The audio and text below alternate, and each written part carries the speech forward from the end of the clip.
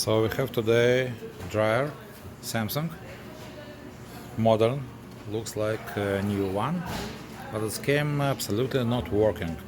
Nothing happens. The dryer doesn't respond on a power button.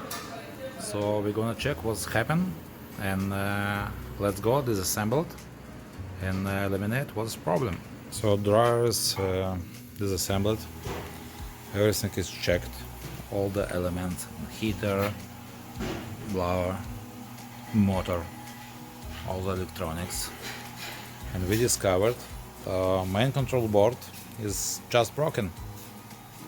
It doesn't make this work, so we're gonna change it. So we just finished a repair. We replaced the control board. It's a main control board. Just put new one and let's try. Let's see what's happened.